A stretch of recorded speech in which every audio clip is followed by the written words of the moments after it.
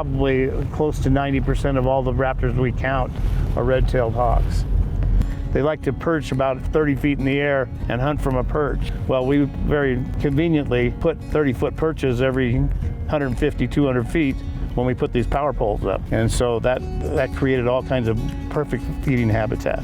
Chuck Gates and Alan Schaffler, two volunteers with the East Cascade Bird Alliance. On the other side of the river, there's a pivot there with two red tails sitting on. Oh yeah.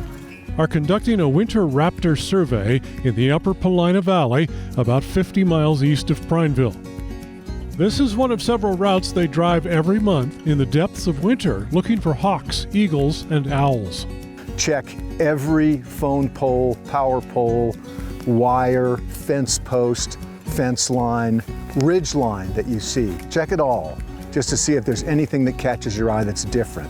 Raptor surveys are conducted by volunteers who drive designated routes once a month in December, January, and February, recording each raptor they see.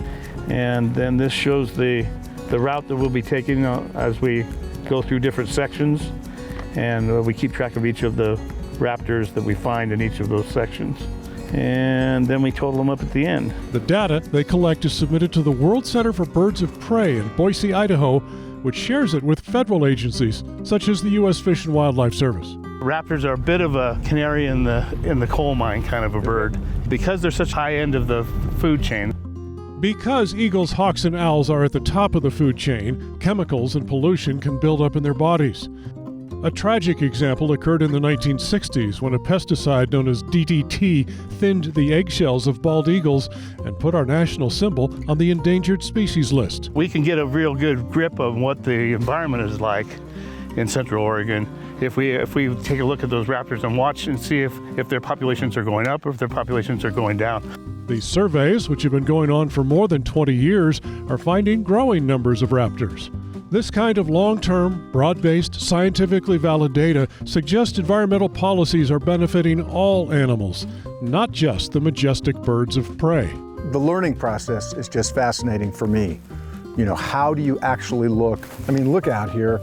How do you pick out a hawk, an eagle, a falcon out of all this territory? And learning the tips from Chuck, you know, look for anything on a tree that doesn't look like a tree. Look for any light dot in a dark background. That could be a mature bald eagle. The Winter Raptor Survey is citizen science in action. These volunteers are helping underfunded and understaffed agencies monitor wildlife populations, and they get to look at their favorite birds of prey while doing so. We want to gather information so that we know what's going on. We don't want to be blindsided by, it's happened too many times when a species gets too far gone before you even realize it. And there are even species like the passenger pigeon that have gone extinct because of that very thing. We just didn't realize it was a problem until it was too late. And we learned those lessons from birds like that, and we don't want to see that happen again with any bird species, any animal species at all. In the few hours I spent with the Raptor Survey volunteers, we spotted several bald eagles, red-tailed hawks, a harrier, and a kestrel. This is fun. I mean, gorgeous country, spectacular wildlife, really pretty birds. And the learning process just continually is just click, click, click, click, click. It keeps me going. It's fun. So I just go out and count birds and record the data and contribute to our knowledge of what birds are. It's what's fun for me. The other thing that's really fun for me is to take people that are not very experienced and show them the birds, and they're always fascinated by it. With the Winter Raptor Survey in Crook County, I'm Brooks Snavely for The Great Outdoors.